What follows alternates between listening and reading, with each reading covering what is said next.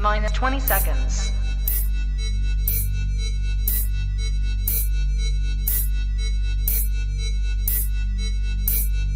10, 9, 8, 7, 6, 5, 4, 3, 2, 1, 0.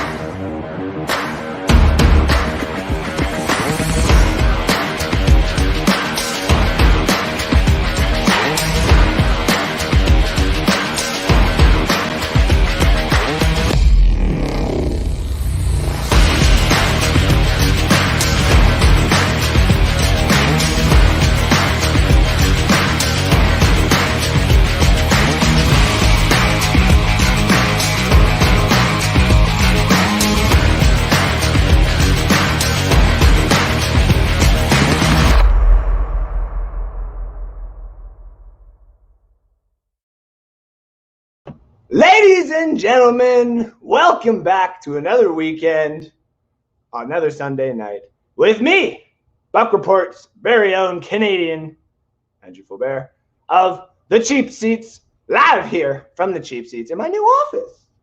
Look at the space. Isn't it scrum-diddly-umptious? Man, I didn't even know that space like this existed.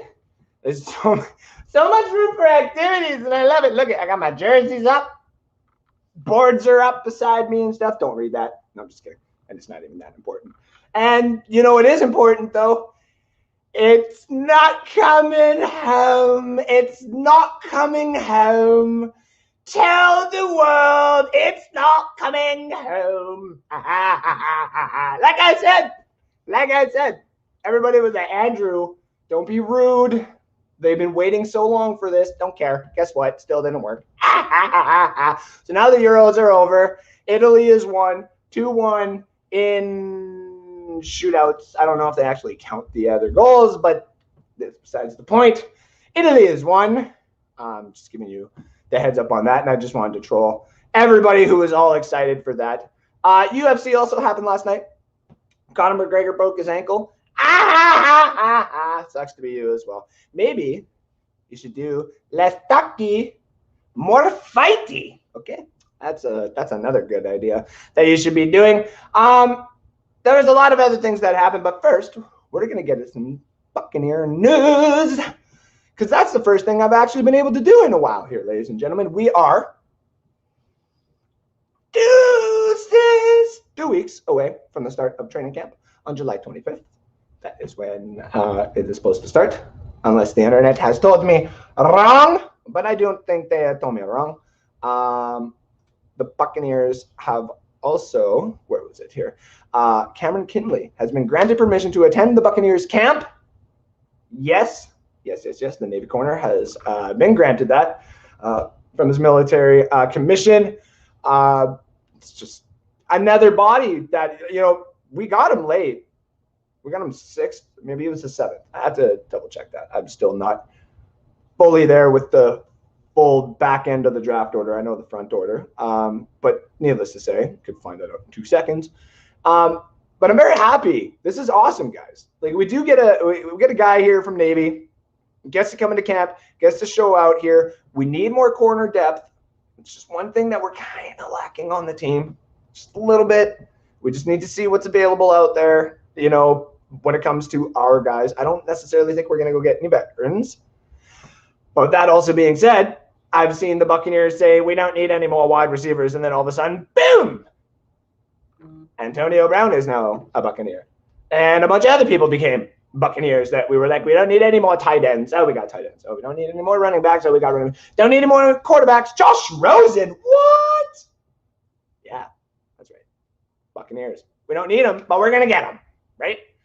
So we brought him in. We got the depth. It's going to be great to see him in camp. I'm really happy about that. Also, the Buccaneers and Tom Brady won some ESPY awards. Yes. Yes. They won some ESPY awards. I actually don't watch the ESPYs, but Brady took home the award for both the best male athlete men's sport and NFL player of the year, which is a high honor for obviously the GOAT. Makes sense. And then the Buccaneers were named the best team in sports, beating Alabama Crimson Tide, Los Angeles Dodgers, and the Seattle Storm, to name a few, per the NFL.com. Listen, sports awards, man. Sports awards are huge. Obviously, seeing the Buccaneers taking some awards here is awesome, especially best team. That is just like, listen, doesn't matter. It's like the Oscars, or the Emmys or anything like that. Sometimes you just want to be happy to be nominated, but you feel so good when you won and you've been there for a long time. So congratulations to the Buccaneers and Tom Brady and everybody else who won some awards this year as well. That also being said, I don't have any other Bucs news. I thought there was one more. No, but we do have 14 days left till training camp. I'm very excited for that. Because, life without football is chaos. And since we have the death of the CFL coming here in the next little bit, figured, the more football that I can possibly get, the better it will be. So in about 2 minutes, we're going to we'll bring Matt Colson in here. When he's ready, I see him in the lobby.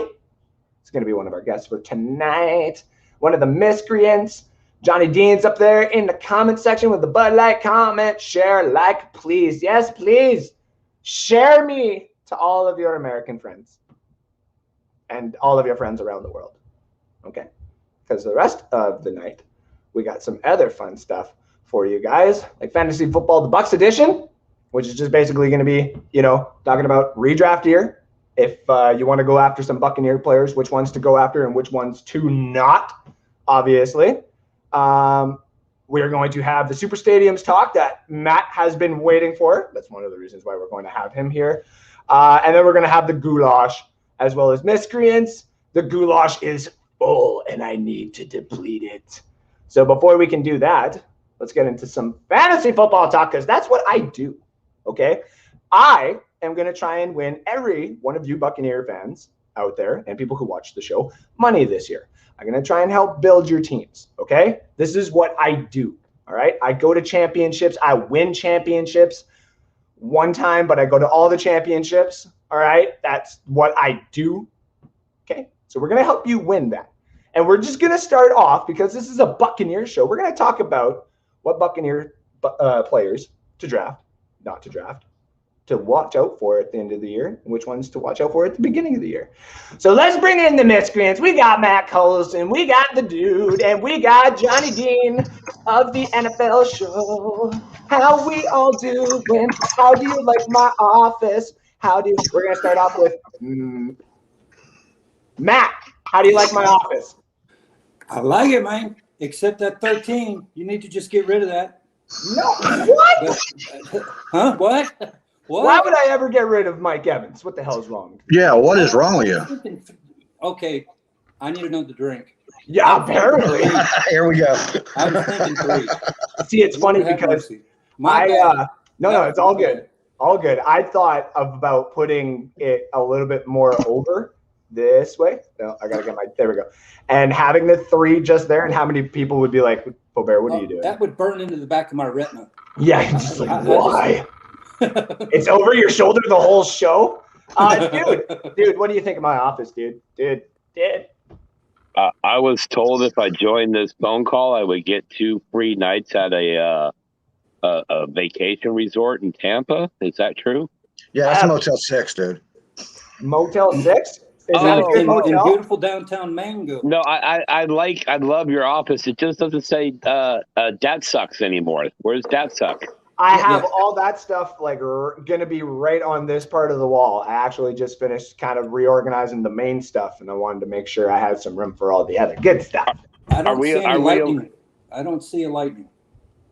The lightning? Lightning, yeah. There should be I don't see one there in a Red Wings house. That's because you can't control the lightning. You can't capture it in a bottle. Ah, you can't capture lightning. That's right, because they won the cup. Isn't that cool? That was good. That was good, dude. Well done. Johnny, what do you think of my office?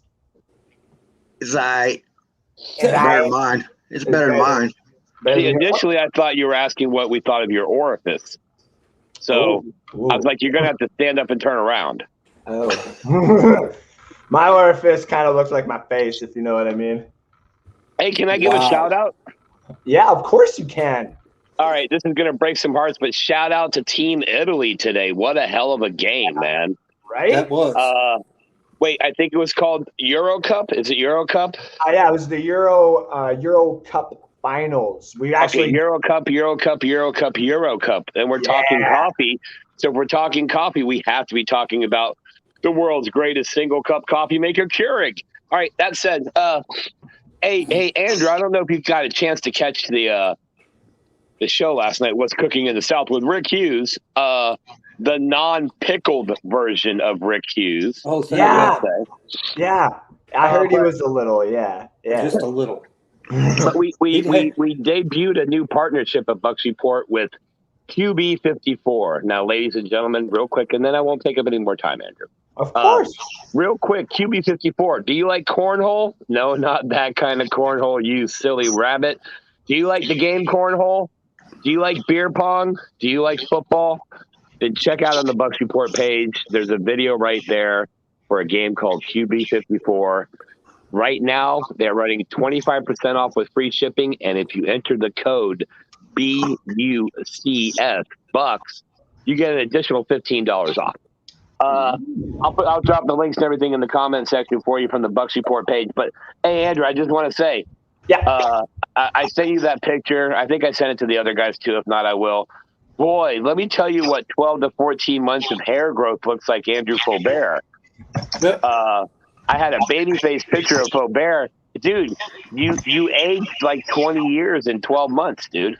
Yeah, I know, right? Isn't it cool? Like, and also this flow. Like, I have literally never had hair this long ever, and all I do now is I just keep combing it backwards in hopes that I can look like Jax from Sons of Anarchy. Well, the thing about that is that line in the front goes back with the hair. Yeah. You keep pushing it back, you're going to look like me. You're going to be a big horseshoe. That's way better than Rick had to buy a hat with hair attached to it. So this is a much better option. Hey, Johnny, why don't you tell everybody real quick about when we can see your show, Mr. Huck? I think that's on Thursdays at 9:30. He said, And it can be found on What's Happening NFL. It can be found on North Sports Dynasty and right here at Bucs Report. Yeah. That's right. Now I'm all moist. Okay, I'm sorry. I'll leave you alone now. I just wanted to, get the obligatory stuff out. Hey, real quick before I go, because I'm going to come back near the end for the goulash because I love it when Andrew spills his whole load. Oh, my Lord. Well, Matt, you made it weird. I was going to say, you are subscribed, so it's totally all right. There was a reason for that at the moment. Right. I want to say, give appreciation to everybody out there watching. Hit that pound. Pound that share button. Hit the like button. Help these guys, support these guys who do all this good, hard work for you. And if you do it, Andrew might do a striptease. I don't know. I don't know. I might have to ask both of my bosses about that first if I was to ever do that on a live stream. But well, I mean, it worked for Jeffrey Tobin. He got himself a vacation. Yeah. Anything for the views, right? Let's do that. We'll call it Tubing with Faubert. Talk about content. But hey, brother, I'm gonna come back to the goulash. I just wanted to jump on here and say appreciate everything you do. Thank you for your time. Thanks for the vine. Hey, Matt. No, that's it, brother. Smoke them if you got them. Even if it's illegal, it doesn't matter. Johnny, the aliens aren't coming. Look down. There you go. There you go, Johnny. There. No. They're back here, Johnny. There you go. The ticker's up here, though, man. All right, ADD, Johnny. Everybody else on the screen, thank you so much. Hey, man, I'll be back in a little while. Appreciate you. And by the way, there is photo evidence of the dude with his head in Megatron's butthole. Oh my God! And let me tell you, that guy needs to change his diet. All right, dude. We'll see you in a bit, brother.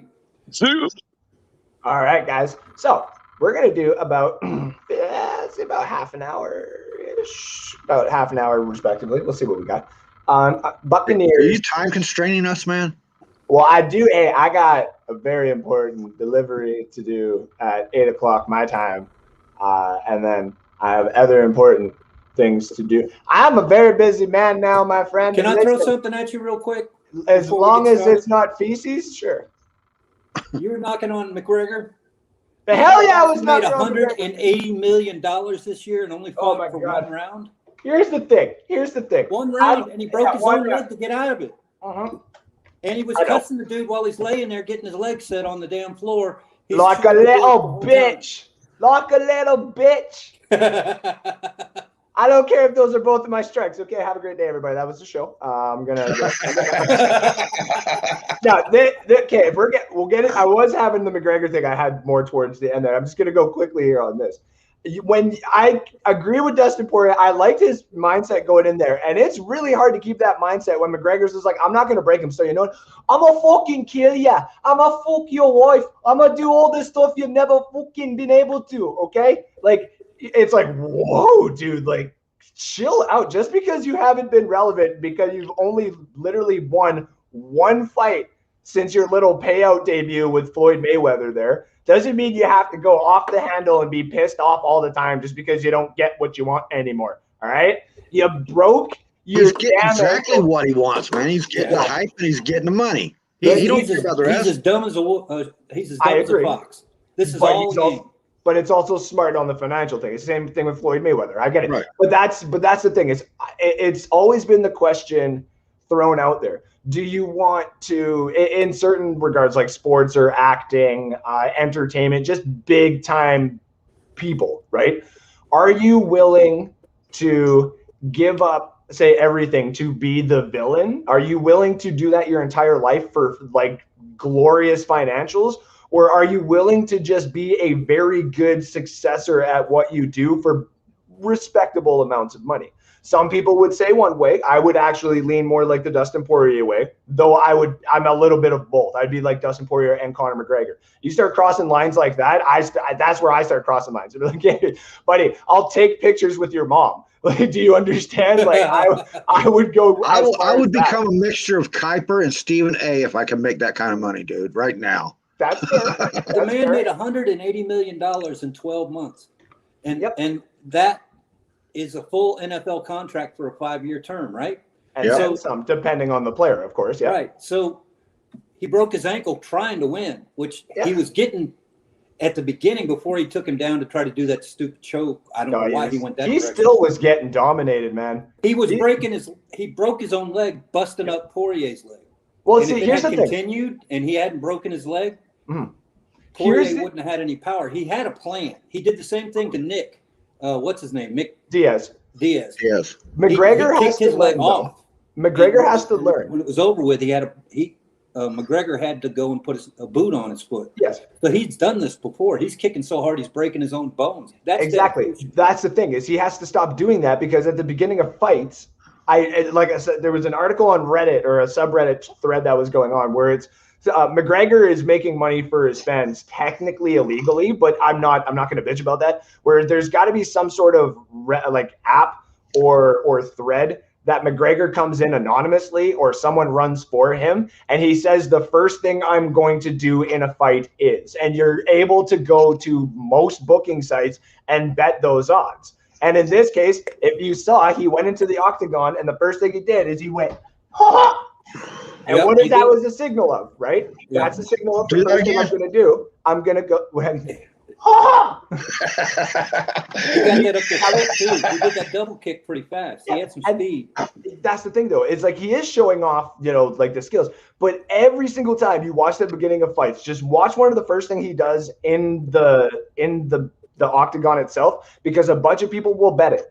And people have already bet it, and they'll live bet it and stuff like that. Like, they'll double check and they'll triple check and this, that, and everything else, and they'll double down, and he makes them money. But the problem is he has his own outside of the octagon stuff going on way too much now. that it's caused him to drop off actually in the octagon. Like but he's also what, 32? Yep, so he's still got time. He's still got time. He's about what else you got to do? You held two division titles at the same time, gave them up to go fight the best boxer in the world. How many more $100 million matches is he going to have before he don't have to win? He doesn't have to win. He's got one more, Johnny. They will rebook this. But here's the thing: Christmas. But they can't. Guarantee you they'll book it up, fill it. They can't, because if they do that, Dustin Poirier, you still got to call it fairness, right? McGregor has now lost like 4 matches in this division, and he's still ranked like 6th or 7th. You can't take a 6th or 7th ranked fighter and have him go up against the champ. And I'm assuming, just making a major assumption here, that Dustin Poirier would beat the current champion when they fight in, say, October or November. Or August or September. That makes more sense to me, only because McGregor would need time. They need to build this up again, because now he's going to have to rehab that leg. They're going to screw it all together, and he's going to atrophy, and he's going to have trouble. And to be honest, they need the 2 fights they need to put in front of McGregor that he would need to win first in order to even get close to having this shot with Poirier again, is the guy who is the champion right now. I want to see him fight that Brazilian guy. I just can't say his name. I'm not going to try. And he has to fight Diaz again. You're going to have to go fight Diaz again. Will bring some bucks too, though. Yep, but that's the thing, is you got to beat him. You have to beat him for the trimester fight. There's no nothing. He's 33 years old. How many fights has he had? How many paydays has he had? I mean, if Dana White wants to go, when he was in the lower weight class, the second one was a title in the current weight class. He had 2 defenses of that, I think. Mm-hmm. And he won all. I mean, he won them like he's got the shortest knockout in the history of UFC. He hit. Thank you, Carl. I'm making a point here, though. I mean, 18 seconds. He walked out to her left. Bam. Carl here's got a good point, though. McGregor will fight Jake Paul next, get a great payday, and that'll be the end of it. I agree. That'll be the end of it. Yeah, I agree. Because he can retire right now if he's a smart man with his money. He's not unless spending he's just his money. an idiot with his money, put it that way. He could retire right now. He sold his whiskey. That's all he's got to do. Is he not still married to his Put him in a booth and let him talk. That's what he's good at anyway, talking. So he can't do it within the confines. He's still married to his wife, like his longtime wife here. So the problem now becomes, if you keep talking this crap like you've been doing here, where you're like, I'm just gonna, flaunt out that I've been DMing your wife and she's been DMing me and we've been talking back and forth and stuff like that. Your current wife will leave you and take half of your crap, where then you're gonna have to do these dumb like Bellator fights when you're 41, dude. Like, we do not want to see McGregor go down that path, but the way that this guy's attitude is, it's starting to look at. He's desperate, man. He's desperate. He's like, I want that fucking belt. And I get it. A lot of people are like that. Well, but it's almost as if he's got his mind needs to be back into the octagon before he can even get close to trying to have that mentality again. But Poirier didn't beat him. I mean, yes, he did. He was winning the round, but he didn't beat him down. He might have if he'd have kept pounding on him. But when he broke his ankle, to me, it seemed like that's an incomplete. He cannot continue, so you would call that an I for. True. Okay, sure. But at the same time, when he got up, McGregor was dazed to the point where he's just basing his footing off of where it's been. And then one little slight all of a sudden does that, where it's like it breaks and it twists under his own weight, is because he was not all there. He's just waiting for that last 10 seconds of the fight to be done. He's like, all right, I'll be good. But then when he takes that own thing back and he goes, and he felt it, because the only time he felt that is when it was actually like all the way around, right? Yeah. So he fell right back to the fence. And at that point, Dean should have said, done. Yes, but now there's the other problem. They let Poirier go back in there and pound on him because they didn't know his ankle was broken. Which and I then love. They called it a TKO. I don't agree with that. There should be some kind of rule that if you break your leg in the middle of a fight in the first round, that's not a complete fight. I don't know. I think the Romans had it right, man. Put 2 swords in the ring and let them go at it, and you will know who the winner is. Yep. We're close to that, but I mean, yeah. But we're gonna switch away from the McGregor fight because he's still a pea-brained little bugger. and doesn't deserve another shot, in my opinion. He's just going to be there for these sub fights, like on a main card, like him versus Diaz 3 now. It's like, okay, cool. Who's the championship fight for tonight? Let's get in to the fantasy football side of things. All right, so this is all going to be for all the information we're giving up here right now, right? This is all going to be mostly redraft. Okay, no dynasty. If I'm going to talk dynasty, the only dynasty players that you want to have on your team for a startup is, obviously all of them. But if you can, Arch Manning, get him right now. You can't get him in any league. If you can get any of the rookies, go for Tyler Johnson. Go for Vaughn. Those are guys that you just want to have in a dynasty, just on your taxi squad. The rest of them obviously can come into play all around and through. So we're going to get into it. The first one we're talking about, we're just going to start it off. We're going to get it out of the way. Is the big number 12 right above me there is Tom Brady. Redraft, and all the fantasy football redraft you can think of, okay? Tom Brady is going to hold a lot of value to the point where people are letting him fall because they obviously still want the named people. They want the Patrick Mahomes. They want the Josh Allens, Lamar Jacksons, Justin Herberts, Dak Prescott. All of those quarterbacks are going to be drafted right before Mr. Tom Brady. And a lot of people in their right minds are respectively smart on that. And I say respectively only because of the consistency factor. Now, if I go back into this here, I'm actually going to pull up and give a shout out to the Ultimate Draft Kit from Fantasy Footballers here. They have this thing called a consistency chart. And I have the quarterbacks here right now. Brady, very, very good throughout the season. When we're talking about greens, he was the quarterback only one time, but he had a couple of top three. He had 5 top 3 finishes, looking at it right here. But the issue is it seemed every 3 to 4 games, he would fall into that 19-20 range. And he also had a couple of really bad ones where he only had 9.7 points against the Panthers and 5.4 points against New Orleans in week 9 and week 2, respectively. Now, a lot of people are saying, that right there means I don't want Brady. Okay. That means they run the ball. That means they run the ball, and that means they try to win games. They don't care about your fantasy team. That's basically what that tells me. Going into this season, Matt and Johnny, what is one thing that Tom Brady has already come out and said that he would like to try and do? Win another Super Bowl. Both of you get a great point for that. Silver cookies for you guys. What's another thing that has eluded him because of the Giants that he wants to accomplish? Win in New York. You're setting them up, Andrew. Come on, man. He wants his unbeaten season. Okay. Right. So his unbeaten season. Down that road. Yeah, I know your Alzheimer's kicked in there. It's all good. But we're back here. I wasn't even considering that, actually. Oh, yours kicked in too? I'm sorry, guys. What did I say that was wrong? What did I say to hurt you? No. Tom. If you weren't thinking about FIFA, Matt, you might be able to concentrate here.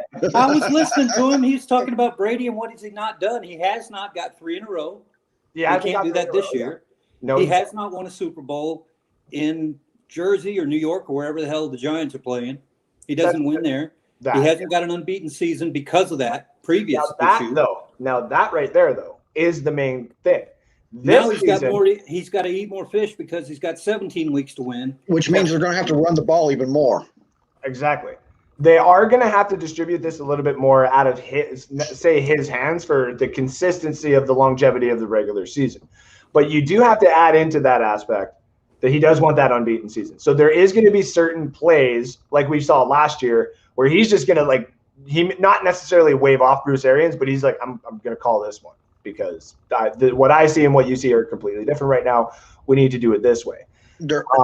It's the teams, the matchups. If it's a matchup favoring the passing game, then Brady will light it up. Yep. If it's a matchup favoring the running game, then the running game. You got to look at the weekly matchups. The weekly matchups are going to be huge because, as I pointed out there, with regards to some of the teams that they were playing and his consistency dropped. Carolina's defense right at the beginning of the season, we all kind of knew was going to be respectively okay because of the fact that nobody knew what everyone was going to be. And a lot of healthy young guys right off the bat are usually going to produce. It's when the longevity of the season kicks in that they're like, I'm not counting on the Panthers defense either because it's a whole new staff there, man. You don't know what you're going to get with the Panthers. And the Panthers don't know what they're going to get because they haven't played together yet. Now, here's the other side of it, though. We don't necessarily think, and I don't, if we're playing the Chargers again, I do not see Tom Brady having 33.5 points for fantasy. The Raiders, he got 36.9. Like, that's still pretty amazing. He did have his number one week, though, did come against Carolina in week 10. So there is that. KC, he was 5 that week, so he had 20. Atlanta, I'm trying to look at the other big one. Oh, it was against Detroit. So now it was just playing for certain points and this, that, and everything else. That was only half a game, man. And yeah, that was only half of it. Was it? Yeah, that's right. It was only half of the game. Came in and did cleanup duty on that game. And he got 29.9 points that week. So even, look at that, half of a game, 29.5 points. So this is what you go and do in your draft. If you got one of these tail end picks, all right? And what I mean by tail end picks is if you're in a 12-person league, you're looking at 11 or 12. If you're in a 14-person league like my dynasty league is, you're looking at 13 or 14.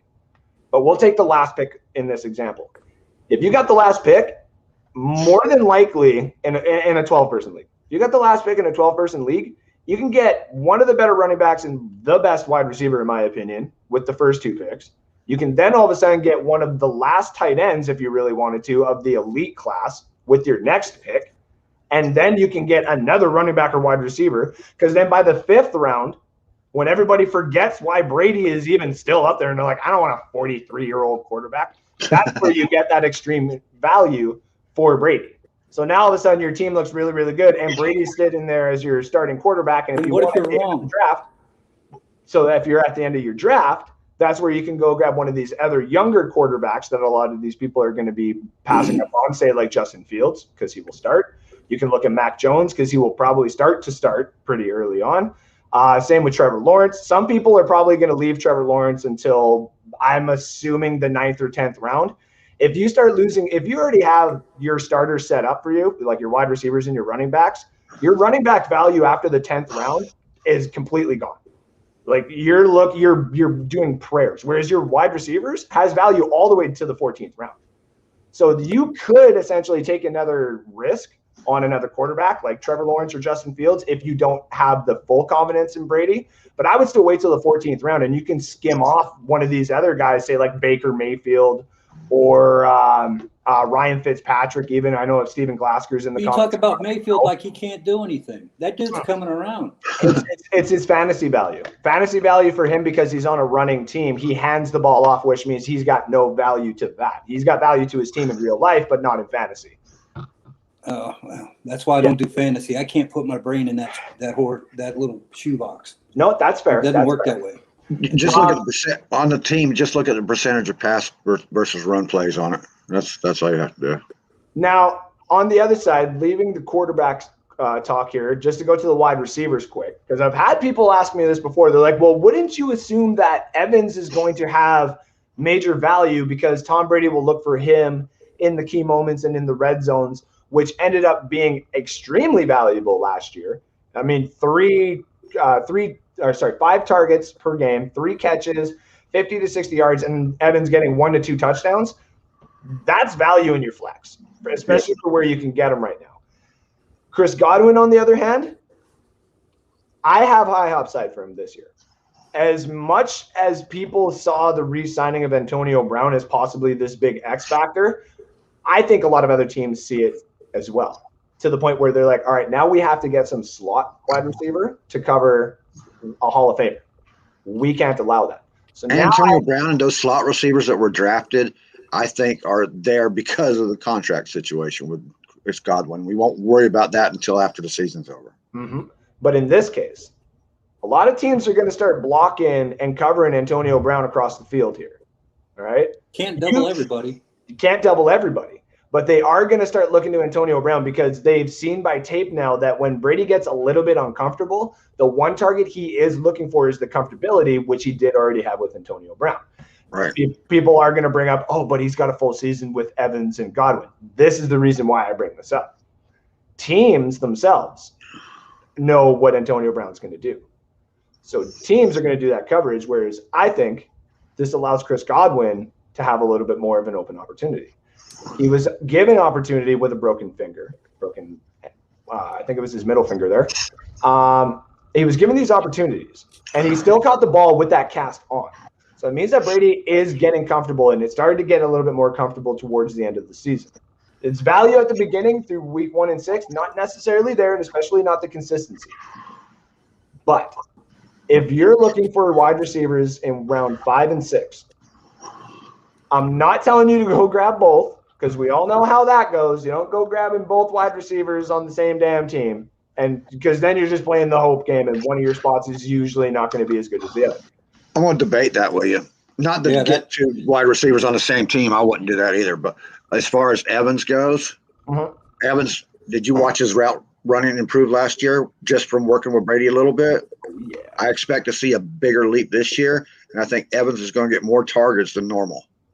Because they're going to expect Godwin and Antonio Brown to get those targets. See, I agree with you to a certain extent that I think that the average catch that Evans had last year of, say, 3 catches for 50 to 60 yards, I think he'll go up to like the 4 to 75, 5 to 75 mark. I do agree with you, and that's going to bring that fantasy up. Godwin, maybe, because we've seen these little routes that they did too, where Brady will just hut and kind of give it to Godwin right there as he's already running in, right? Right. If You're playing in a certain league, those points also become very valuable because it's yards after catch. Like we've seen these utility players go off for like stupid games, so like no-name games where you're like that Tyler Johnson for the Chargers a couple of times. Where you're like, why? Scotty Miller. Scotty Miller a couple times, right? So I do agree with you about the Mike Evans. But my hidden thing here is if someone is sleeping on Chris Godwin until the 6th round of one of these, snag him up if you don't have Evans, or if you don't have Evans. If you have Evans, try to look somewhere else. I mean, there's not going to be a league where all of a sudden you're in the 12th round and Chris Godwin is still there while you have Mike Evans. If for that reason, I mean, I would do it, but that's not going to happen. So, yeah, to me, it's like take your poison because the league knows who Godwin is now. He's not hidden. He's not hiding behind nobody Evans' shirt or nothing like that. He is legit out there now. Yeah. And now quickly to touch up here on Antonio Brown. People are asked, does he have that? Yes. To the point where in all of my leagues, he has been thrown at me in trade offers, and I'm still not taking it. All right.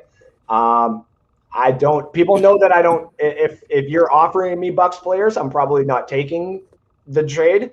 If I go and trade for a Buccaneer player, that's where you can try and be sneaky and maybe sneak a little bit more value out of me. But usually when I see you try to be like, oh, he wants a Buc player, I'm going to see if I can get a 1st round pick out of it. And then I'm never going to trade with you again. It's just the way it goes.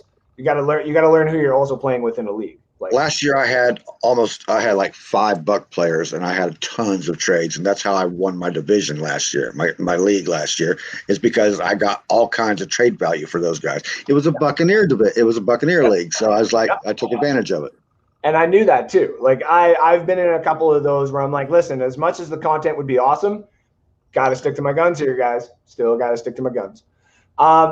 Yeah, so Antonio Brown, if you can get him in anywhere between the 12th and 14th round, if you're depleted at wide receiver, grab him. Value's going to be there in the flex position as long as you watch the matchups. If people are taking him in the 8th and 9th round, you're way too high. Way too high. I don't know what you're smoking. Give me some.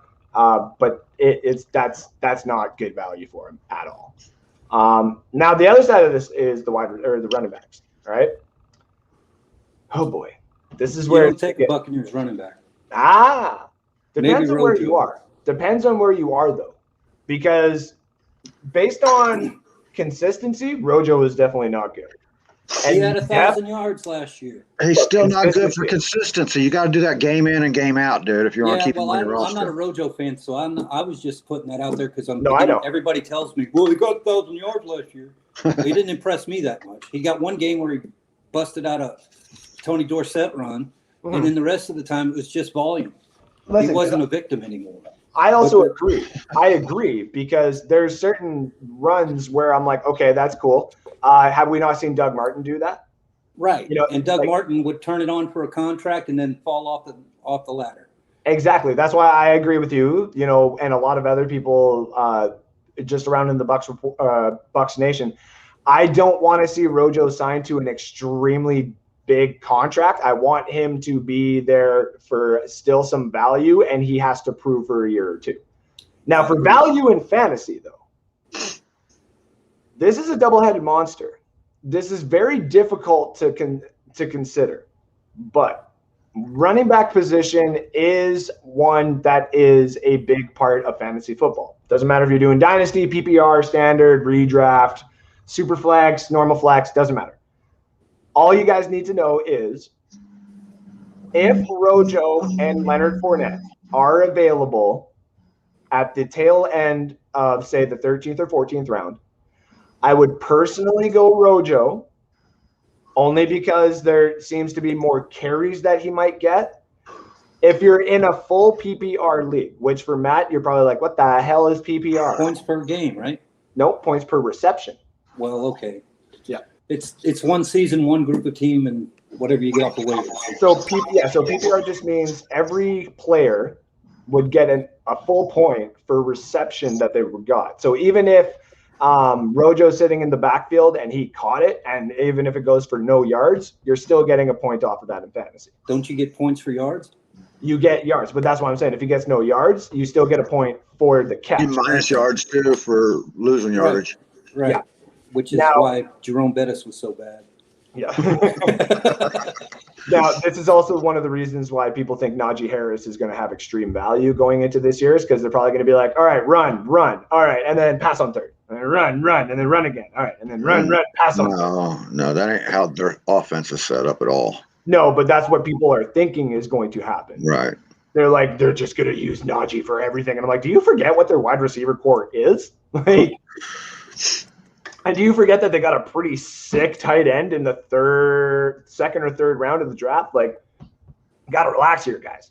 If you want a running back for the wide to get you points off receptions, and he's a rookie, go with Etienne, man.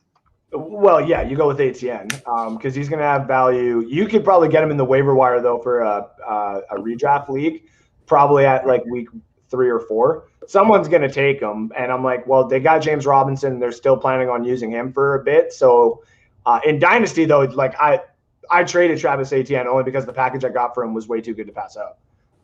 So there's that. But with the PPR, if you are in a full PPR league, there is a player that you can take a chance on. Take a chance on me. Take a chance on me. Don't tell me it's Vaughn. It's Giovanni Bernard. He can take a chance on me. All right. So there's the thing. I believe that. I think not your singing, but the pick. And you're like, hallelujah, Gingy. Here we go. He's not going to dominate your league, but he'll get you a good constant set points. Now, what happens if he goes in to be the punt returner?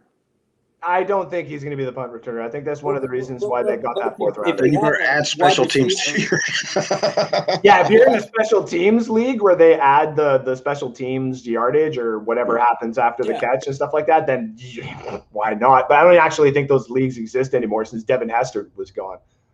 So I've seen a couple of them out there. Yeah, but they're not fun anymore because then it's just like, okay, everybody. Actually, I haven't seen none this year at all. I haven't seen a single one this year. Yeah, and I tried to kick out the kickers out of my dynasty league, and everyone was like, "No, let's vote to keep them in." And I'm like, "Fine, whatever." Oh, I definitely kickers got kickers are an integral part of the game. Ask for the whale. Yeah, but that's also the reason people lose fantasy leagues is because of Robert Aguayo. I've won quite a few with just off Justin Tucker's leg, man. Yeah. I used to do pretty good with the kicker because I could get Vinatieri. But I always draft out of just completely off the chain, not the right way. which you probably can tell by the remarks I'm making in this conversation. I just don't have any kind of method. I'm telling you, just go auto draft and use the waiver wire throughout the season. Figure it out. That usually works for me. I got a thing here about Giovanni Bernard, though. There is running backs throughout the seasons that we've seen that will come in for 3 or 4 weeks and put up insane numbers. And then they go right back to not even break their arm or anything like that. They just go back into the rotation kind of thing because someone got injured and they got a chance, right? We saw that with Tony Pollard with Ezekiel Elliott went down for a couple of games. We've seen that actually just in Jacksonville where Jameson Robinson was like, I'm going to just take this thing and go. If for some odd reason Fournette and Rojo have Super Bowl hangover, Giovanni Bernard is still very young and he's coming in without a ring here. He's coming in with the mentality, like there's a reason Brady wanted him as well. He's coming in with a mentality that like You say very young? How very is your opinion of young? It's 28 or 29. So he's still I thought he was 30. I did too. I thought he was 30, 31. Do you want to double check that for me if you don't mind? I'm getting on it. Thank you. I think it's like 28 or 29. But I mean, when I say youth, I mean I'm 30, right? I'm still respectively youthful. I had the crap beat out of you like he has out there. Well, no, no, I'm just kidding. But no, he may come in at one point, say after the bye week or whatever. What you got, Matt? 29. There we go. 5'9". I'm taller than this guy by two damn inches, and I could do it. But that's see, all. Remember, so this guy is a little bit younger, and he's got more juice left to him than Shady McCoy. And even Shady McCoy came in for a few weeks and put up fantasy points. So imagine what he can do, say, right after the bye week, which is where I think he's going to hold value. I think the first couple of weeks we'll go through. What's the most point? Wait a minute. What's the most points you got out of Shady McCoy last year? Like 10? Tops? Let me go say. Actually, go check that. Well, see, it's funny. I see Bernard will be 30 in November. Okay. That guy knows what he's talking about. See, yeah, that's one of the reasons why I got him on my show. Why is he in here? Why we need another miscreant up here? Come on, where are you at, Alex? Put in the fourth. Alex, I will send you the list. Alex, Alex, come in if you want to talk. And then if you do hear this, can you pull up Shady McCoy's points of last year? Because I'm pretty sure like he did have some value depending on like what kind of league he was in, because he caught a couple of freaking passes that one game and he got a touchdown or two. So, but my point is when he came in, and certain running backs will only come in for like 3 or 4 weeks, they hold value. When Bernard comes in, he may hold value for 4 to 6 weeks. And he's just about to head out. That's funny. But damn you, Alex.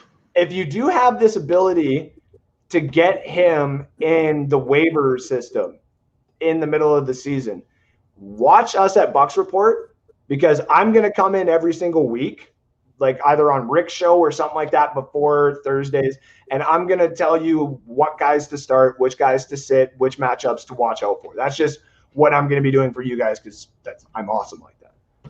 And then last but not least, we're going to go to the tight end here quick. Tight end position.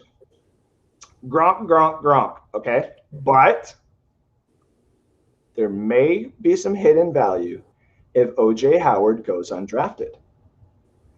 We don't know why the Buccaneers gave him this option. We don't know why he has been able to just sit in that system by only having a handful of catches. He's like having Charles Sims back in the day until they finally gave him the reins to do it, and he couldn't. I kind of think that they see potential and they're afraid to give it up because injuries. They want to see a full season out of the guy. And if they don't get to see a full season out of the guy this year, I don't think he's going to be here. So. I also agree. Now, Ryan Griffin? No value. if there's an XFL. Wait a minute. Here's the news flash for you. Ryan Griffin's going to be the quarterback in Green Bay. There you go. I didn't realize Aaron Rodgers could just change his name like that. Anyways, so Whoa! You really believe that? Come on, man. oh yeah, Aaron Rodgers is going to start week 1. No, he is not. Yes, he is. Let's Okay, not. He will I start wanna when he know. starts talking to his mother Here again. right now, we're going to put it on tape, timestamp the damn thing. Johnny says no, and I say yes. It's yes. Deshaun Watson, probably not, obviously. Deshaun Watson will probably be in a paddy wagon by the first week. How dare you. All right, ladies and gentlemen. That guy's a whole nother story. It may be a fix. It may be some That- kind of news TMZ crap going on. But Andrew's trying to put the show back on the rails here. okay, so we're going back to Ladies and fantasy. gentlemen. I looked up LaShawn McCoy on fantasydata.com, and I can't make heads or tails out of that.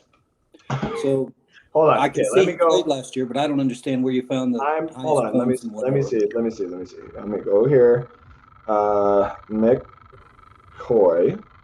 LaShawn McCoy. Okay. Game log 2021. Let's go to 2020. So, okay. Nope, Johnny. You got me there. The most that he had was week 2 against Carolina.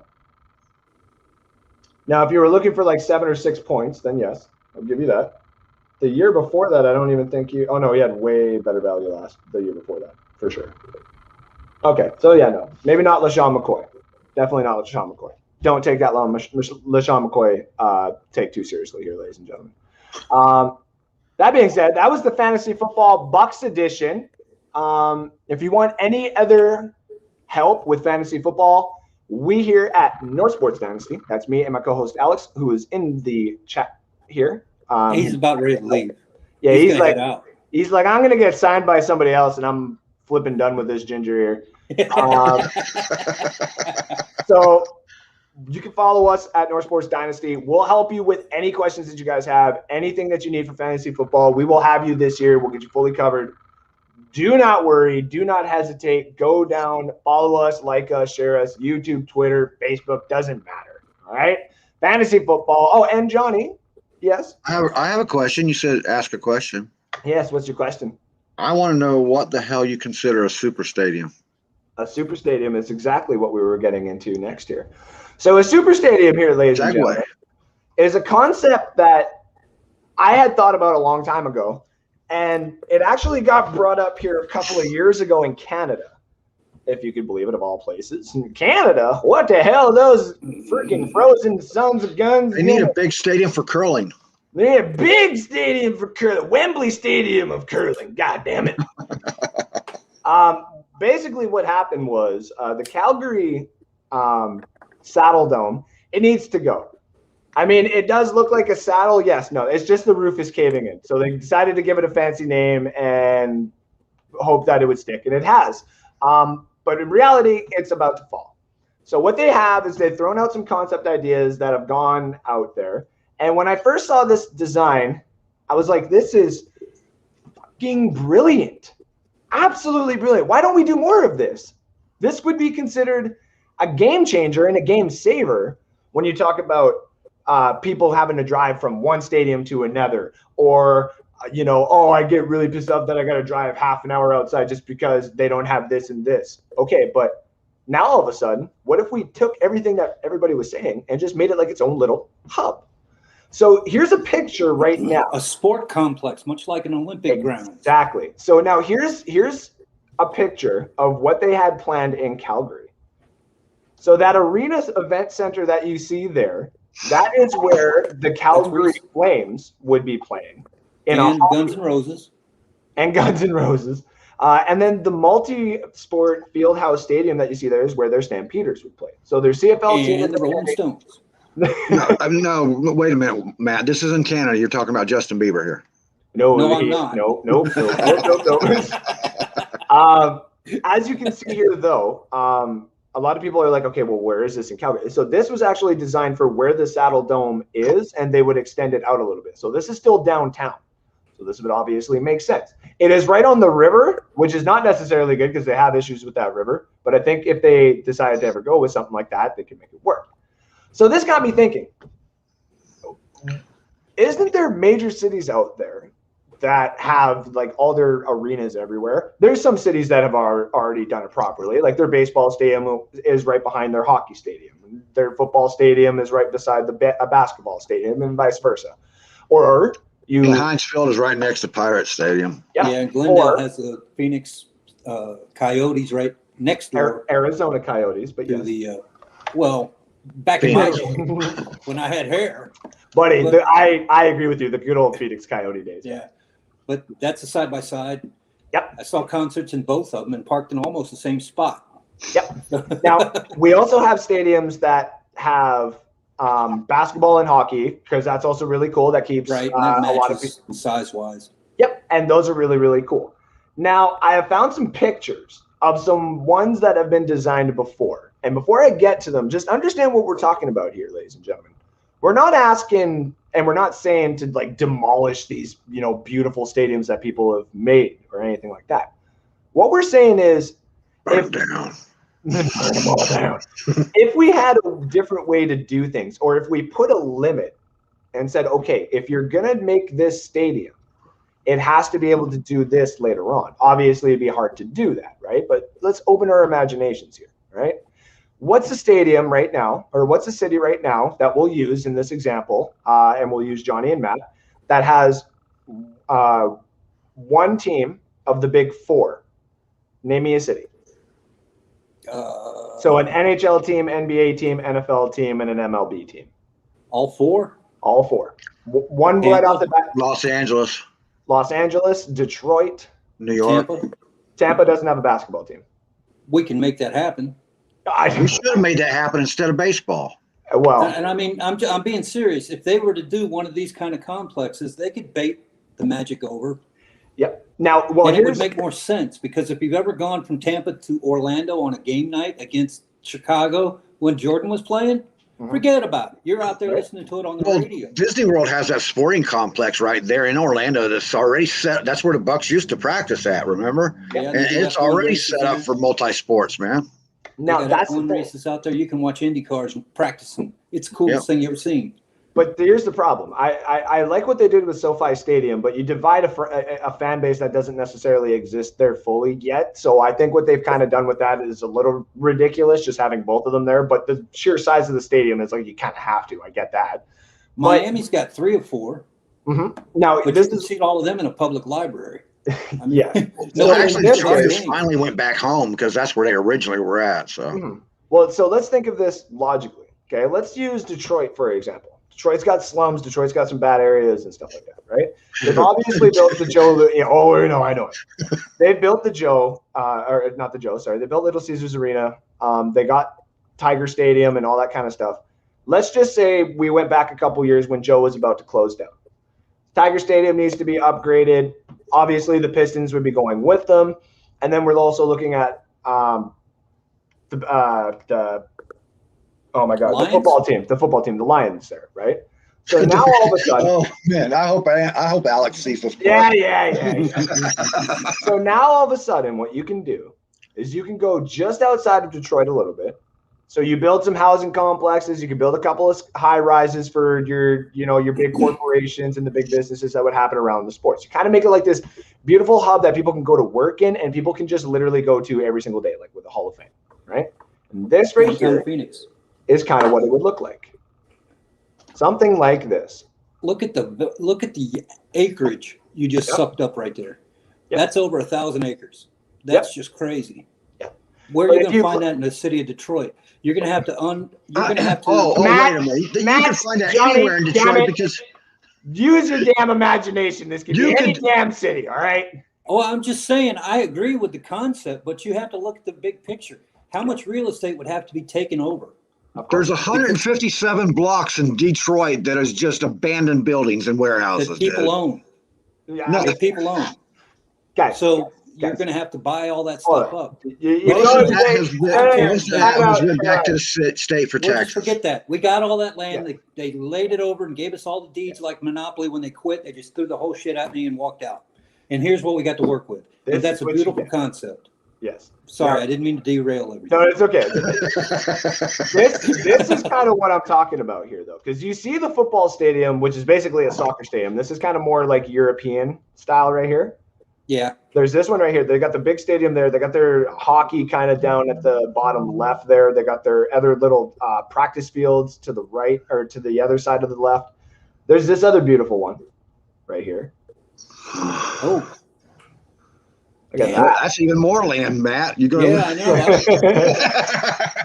This is like Dubai. No, I'm just kidding. There's definitely not that in Dubai. You know what Dubai does? They just create bigger islands. They Yeah. dump sand out there. That's absolutely what they do too. And it screwed up the Arabian Sea so bad that it actually started deteriorating. So they used limestone underneath to actually like solidify it, and it costs them way more than they ever anticipated, buddy. I'm going to tell you right now, when it comes to Dubai and Abu Dhabi and like the Palm Jumeirah and all that kind of stuff, the Burj Khalifa, I have been studying that damn city since I was like maybe 9, and I you want understand the architecture that they used to build that up with that the squares and the links. Oh yeah, That is amazing, dude. Now they're They were using like- tires.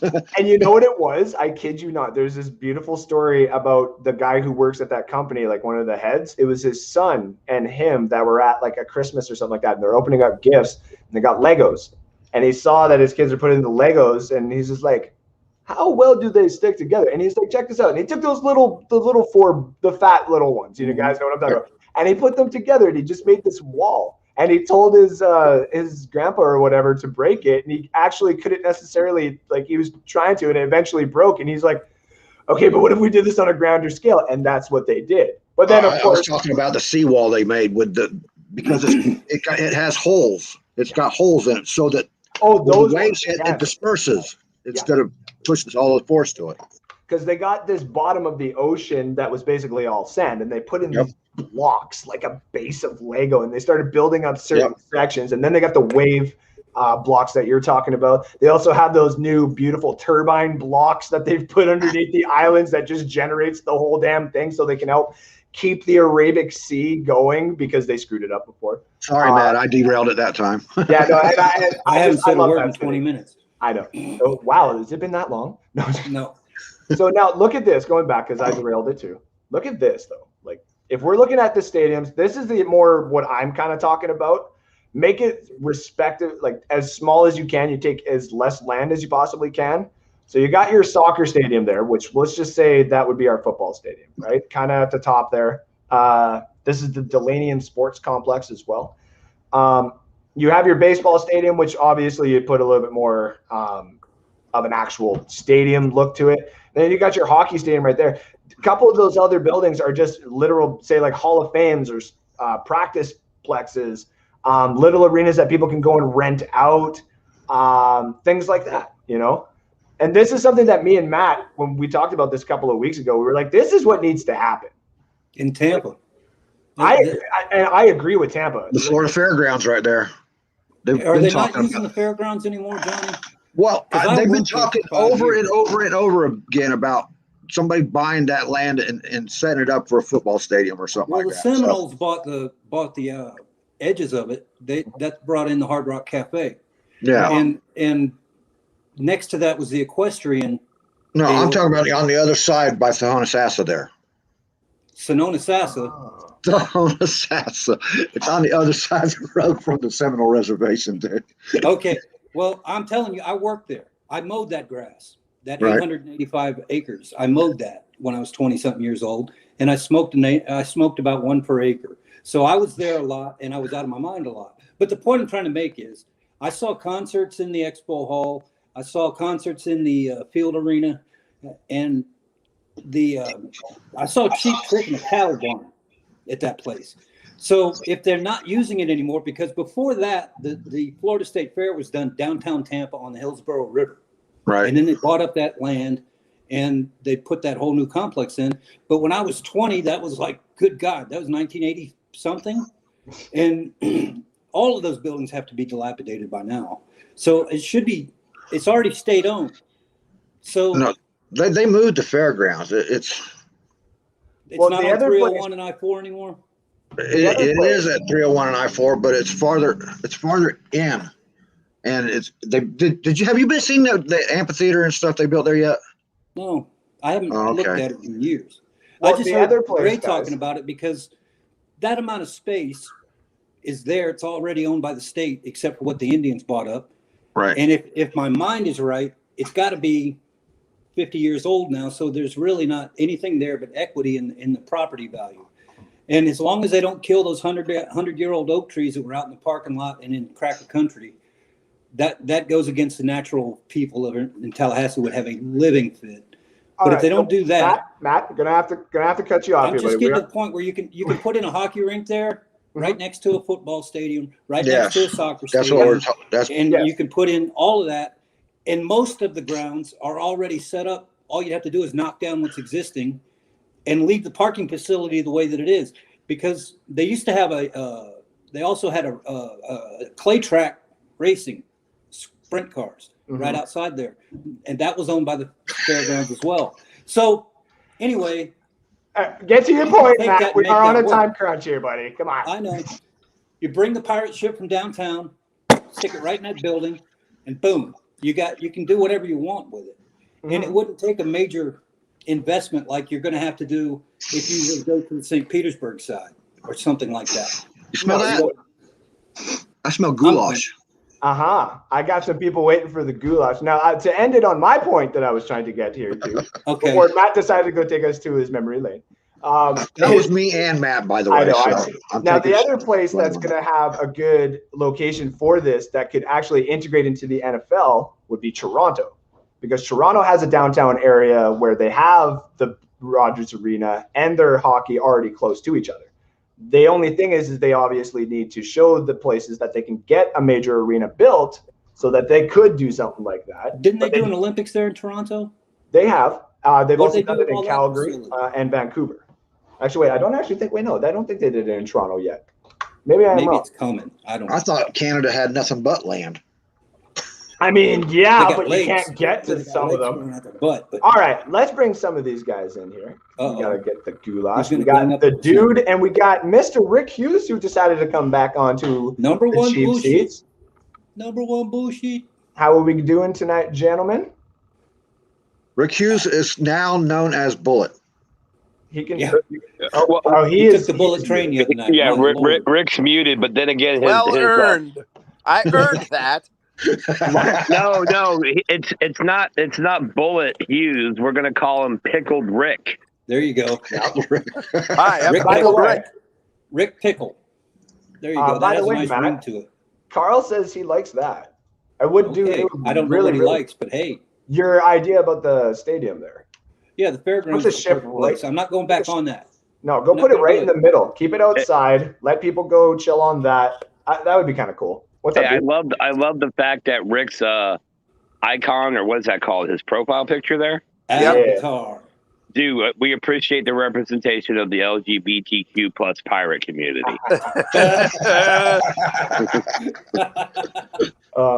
So Rick, I'm wondering if he didn't go back and watch that WKRP episode where Johnny Fever got crap faced on the air for over 10 hours, because that was what it looked like to me. Yeah, I'm gonna have to go back and watch that fully there, Mr. Rick, because I heard you had a little fun. Just a little bit. He had some tea. He had some bullet tea. Yeah. He's like, you know what? I'm gonna say what I want. All right, God damn it. I had a good time. I had a very good time that night. Rick called me after the show. He goes, "You're not going to fire me, are you?" I said, "No, I'm reaching out to Bullet right now about a sponsorship." Rick started out like this. It ended up like this. Hold on. Rick gets to get drunk, and all of a sudden we extend ourselves for companies and stuff like what? I can't get drunk on the show? wait. You can't do your other stuff on the show. Wait a minute. You're not always drunk on the show? Let's get to it, shall we? Stupid Bucs fans say. I love all you guys. So I've had a couple in here for a while. This goulash is pretty full here, so let's get right to it. Some of them, Mr. Hughes may have also posted on his show as well. He didn't have time the other night. He went to go get a drink. Oh, he's like, I don't want to be part of this anymore. But no, me and Rick do the same thing. I just don't coordinate very well with Rick because I'm a horrible employee. So if some of them are repeats, I do apologize. But I got some good ones here for you guys. Let's start off with this one. When it's summertime and these annoying creatures start showing up again. I really, really hate it. I really do, especially when there's a lot of sucking. All right. I don't even care. Anywhere is better than this shithole. Jack Eichel asked where he would like to play next season. I guess he's looking for a trade. Sorry, Wait, Buffalo. he's in St. Louis? No, he's in Buffalo. Well, okay. That's accurate. All right, Rick, come on back in. All right, sorry about that. I felt good, buddy. He had to go get his bullet. He needed some ice. Pickle dick. I'm Pickle Dick. No, just anyway. Okay. Do you not see Rick and Morty? Come on, he's Pickle Rick. Anyway, stop complaining about your life. There are literally people who are Dallas Cowboy fans.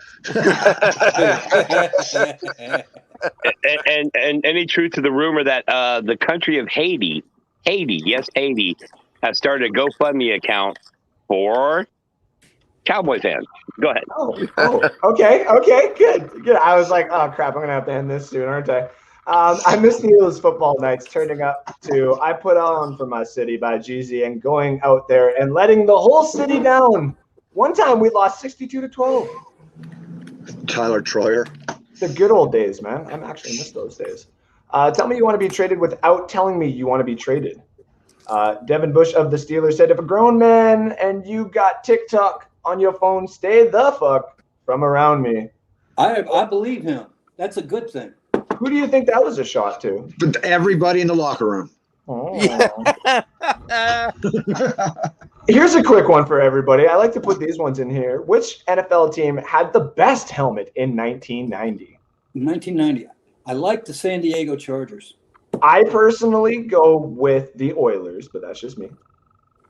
And All right, the Bucs had the I gotta go Chargers too. My three favorite. Okay, two of them go back. So my favorite helmets from when I was like 8, before the Bucs existed, and I picked the Vikings, and I love the cleanness of the Cardinals helmets. That's true. Yeah, I like both of those. So I just them want to and point the out. Chargers. I'll go with any of them. Yeah, Very my choice will be the fact that the New England Patriots were obviously way ahead on the social awareness for the gay community because they had a dude bent over on their helmet. Hey, what are you going to say about Errol Flynn sucking on a blade with a feather in his hat? Wow. You know what I'll say? You know what I'll say about At least it that? was a blade. Hey, here's what I'll say: Errol Flynn will cut you. Wow. Okay. I look like Listen, this kid right it's now. practically a rose in his mouth in that old Bucs thing. By the way, NFL allowing teams to wear their throwback helmets. The Washington football team. I'm not sure. I think that's funny. That there was funny. All right. When you realize this is last month without NFL football until March of 2022. That's also the face when the Chipotle hits. Yep. That's also actually a great. I love this one. Yeah. This is the last month without football until March of 2022. Yes, sir. That's freaking awesome. You want to know what else? You want to know what else is freaking awesome here, Rick? You know you're getting old when not a single member of the Legion of Boom is on an NFL team. Yeah. That was shocking to me. I had no idea. I actually did. I think Richard will get signed here pretty soon, but he would look good in red. Cuter. I mean, for the right price. Yeah. Cut your hair, Richard. This is literally, my fiance sent me this one before. What do men actually want? For their favorite sports team to win a championship. Yep. Hands down. That's all we want. That's all And we continue want. to win championships. Oh, Yeah. and Except for on you, Friday night. and for you to quit asking me stupid questions. Yeah, but we don't. Can I add one thing? Of course. Kate Upton. Sorry. I mean, yeah. She is or was married to Seal. No, neither. She's married. She's married to baseball player Dykstra. Or Dykstra. Lenny Dykstra? I don't remember. I thought it was Dykstra. Seal, Urlacher, or Dykstra. Hey, I have the wrong person too. being married to a dyke is legal now, though. Oh, yeah. Speaking of legal, Bill Cosby was literally sentenced to 10 years in prison and got out before the Cowboys could win a playoff game. Oh, for God's sakes. Just had to throw that in there. Sorry, guys. Not that one. We did that one last week. Babe, don't worry about my past. Oh my God. Her past. She's a mile deep, and it's like parking your bike in an aircraft hangar. This is literally. Go ahead, dude. I was going to say, and also for a public service message, if you meet a girl and she says, "I'm not the person I used to be," what she's really saying is she used to have sex a lot with people. I'm not like this anymore, honey. I used to be a very bad person, meaning you were a slut. Okay. Well, that's okay. I probably got to know her. Hey, now is that's a If bunch she of no longer sausage, is, then huh? she can get the hell away from me. What's that, Rick? That's a lot of sausage. That wasn't me that said it. That wasn't me that sorry. said anything. But all I can tell you is, listen, if you're down there and you start talking and you hear an echo, yeah. Dude, even worse is you find a couple class rings, bro. Oh my God. Oh my God. Or shout out to Arby's if there's an onion bun. Oh, I get didn't know away. they made class cock rings. Dude, I have never thought about that. If you find a school grad ring up there, oh my God. Or car keys. Well, you remember Warren Sapp negotiating with the prostitutes, right? Yes, yeah. It wasn't for the services rendered. He wanted to get his ring out of her. Oh. Okay, so by the way, we have which team do you hate the most in the NFL? This one's easy. It's the Saints. Spook the Saints. For me, it's the Falcons. Cowboys. Oh, fair enough. Cowboys, okay. Johnny? Yeah. Pittsburgh. Okay, Matt? I guess I'm going to have to go with Dallas. The only thing Yeah. I'm going to throw That's a good one, Dan. That's a good one. Look, for this week or for the next month and a half, Dallas. But in all honesty, it's Philadelphia and Atlanta. Ooh, that's okay. Fair enough. Philadelphia's fans would do it for me for sure. Yeah. But they are I like never that feel like way. I'm watching a pro team when Philadelphia is on. It's No. like they got the quarterback of the week, the running back of the month. Oh, stop. Mark the tape. That was gold. But you That gotta was very remember- good, though. I like that. I didn't hear it. Crap. You got to keep those ice cubes away from your ear. No, that was good. But you got to remember, though, like Eagle fans are like family, okay? And since Fast 9 has come out, this has been my favorite. Dom, what are you doing here? You don't do that to family. Oh, good Lord. Did no one Where watch I Game come of Thrones? from, family did Come on. family all the time. Oh, Matt, come on. Is it Alabama, Arkansas? Hey, at what point is Hollywood going to realize that Vin Diesel is not tall enough to ride these rides, dude? Oh. Which one's this one? Vin Diesel's yes. entire career would change if he had nasal surgery. Chances I won't use the word fuck in a sentence today is pink is Well, you just none. did, so that's done. Well, yeah, so also none, but in yellow. So got that And one. the fact that he just read the title of that slide. Yeah, like Matt, mine. I didn't read it. Sorry. I wanted to put this up here though. It's not necessarily Well, you are from Oklahoma. stupid thing. No, I'm from Tampa. Even worse.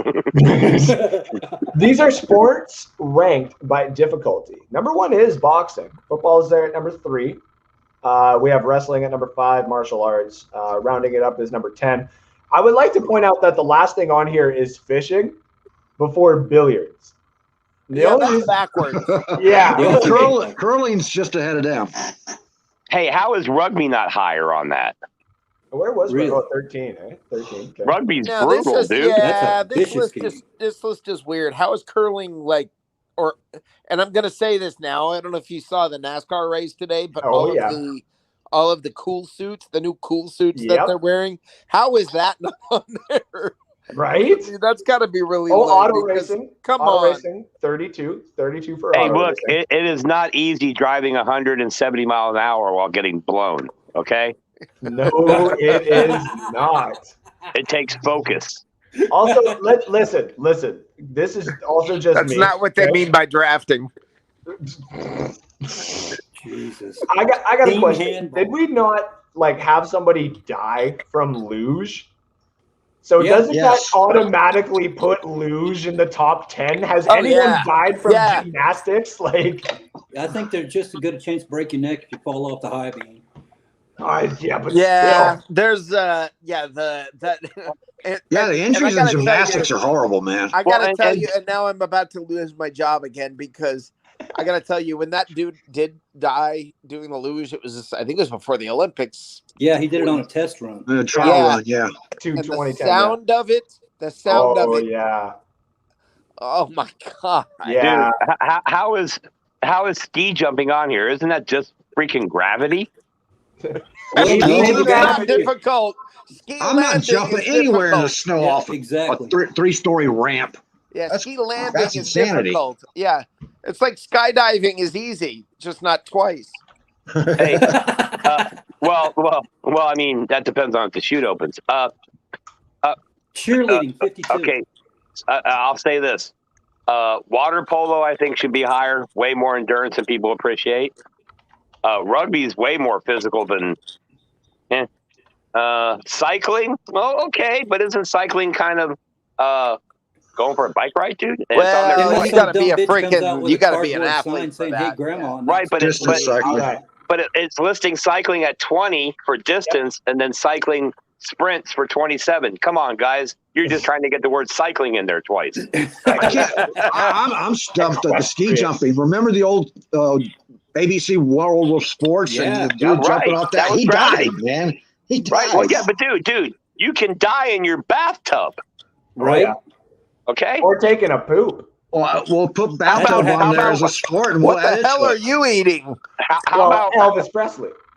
Well, you've never heard people slipping in the shower? I mean, like the number one cause of death in homes. Right. No, I'm sorry, but the easiest sport is curling. I mean, really. You're not wrong. Come on. Hey, you tell that to 14 million janitors around the world who have to sweep for a living. Wait a minute. Curling, you're working the ice, so you have a guy going all the way down the ice with that thing. Yeah, bowling but is far easier than curling, dude. The funny thing is, he's gliding while he does it. So all he has to do is push for the first 5 feet. He sweeps that through. I'm not doing anything but throwing a ball and bowling. How heavy is that freaking ball? You got to be able to aim. Well, that's also difficult. True, Hey! As the dude, we need to leave bowling the fuck out of this, okay? Thank you. Here's another one I figured you guys would like. You versus the guy she told you not to worry about. Kerry Collins versus Tom Brady. For that guy. Well, I feel good for that guy. He actually went through a whole lot of shit to be able to. Hey, you guys remember that Thursday night football game? I forget the two teams, but the quarterbacks combined for 7 interceptions. Yeah, that was awesome. Anyway, go ahead. Oh, no, baby, that's fine. You don't have to worry about him. No, we're just friends.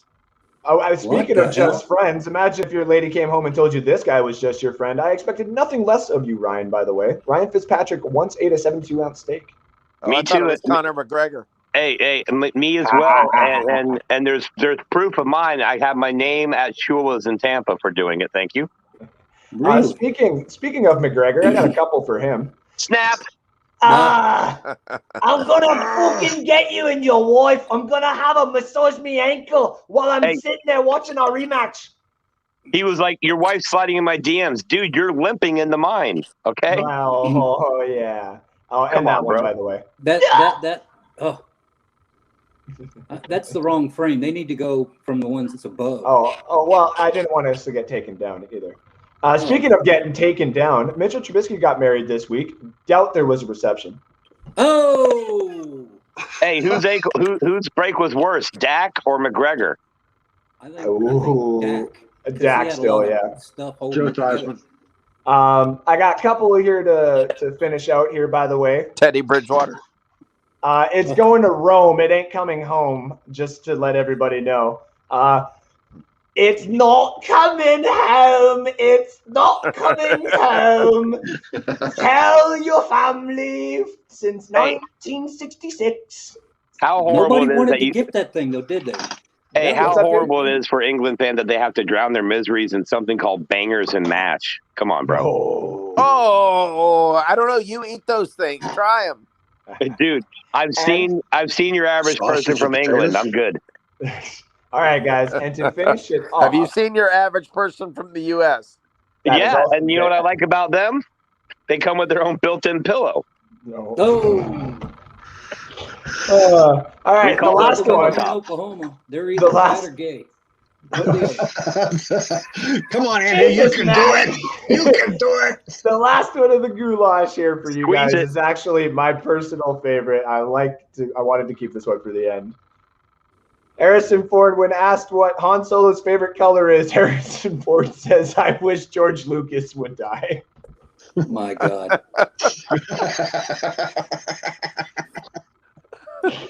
It makes absolutely no sense.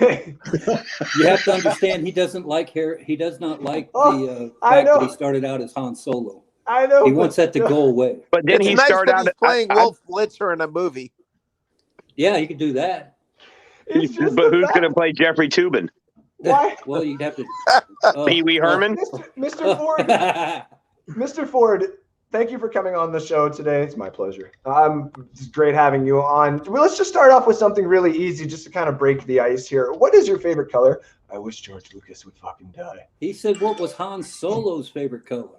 Hmm. And that's You should Solo, ask Steven whatever. Spielberg into that too. They're the ones that screwed up his movies. Don't matter. Oh, it is Han Solo's favorite color. What is Han Solo's favorite color? Why does Harrison Ford put that back up for a second, please? Yeah, there you go. Why does Harrison Ford is he about to play Saddam Hussein when he got captured? It No, could that's be. what I said. He's playing Wolf Blitzer. If he He put looks on like some blitzed Wolf aviator Blitzer. glasses, he could look like that. It Same literally. as he'd look like the dude from Virgin. No, Space this Force now. this Richard literally Branson. looks like Christopher Branson's- Waltz. Yeah. Christoph Waltz is playing Harrison Ford in a biopic in like 2 years here. That's what that looks like. Dude, that looks like Harrison Ford's been hanging out with Rick drinking, dude. Also, I get the feeling that's the guy who asked for that sticky change at the store when you walk out. Oh, just to let you guys know, that picture in the background was taken in a kid's classroom on Epstein Island. So On Epstein Island. Ooh. just wanted to make sure that was at least put out there. So, That's why ladies it's and blurred. gentlemen, yeah, exactly. Actually, that purple reminds me of where George Bush found out that people knew about his 9/11 thing. Wait a minute, So, is that orange blur in the background pulling up again? Yep. Yeah. I'm sorry. No, you're good right there. Is that orange blur? Is that Trump? No, that's No. a KFC Big Crunch, man.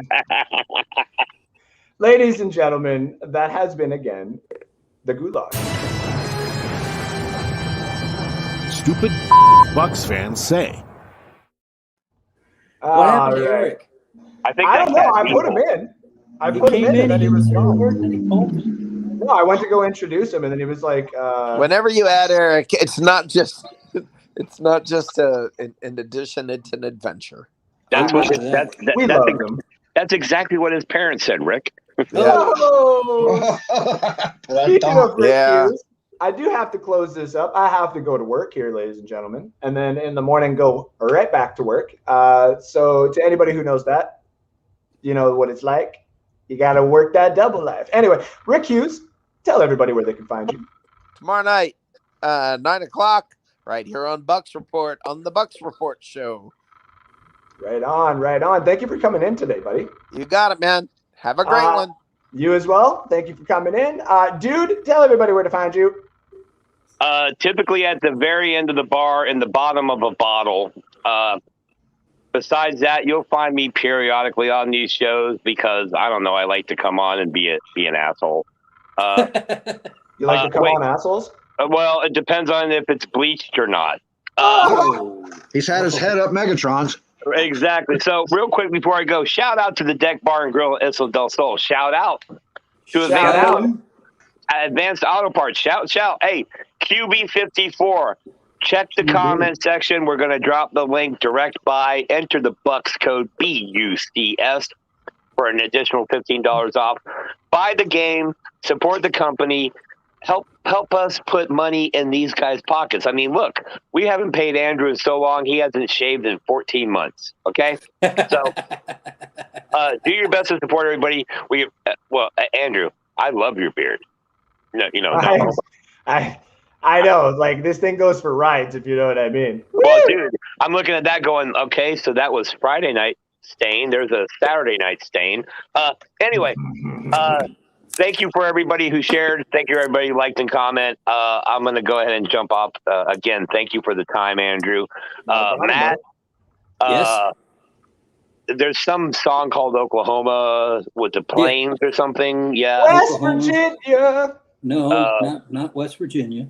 Where the wind goes blowing down the plain. Hopefully that blowing catches you a little bit in the right area. Why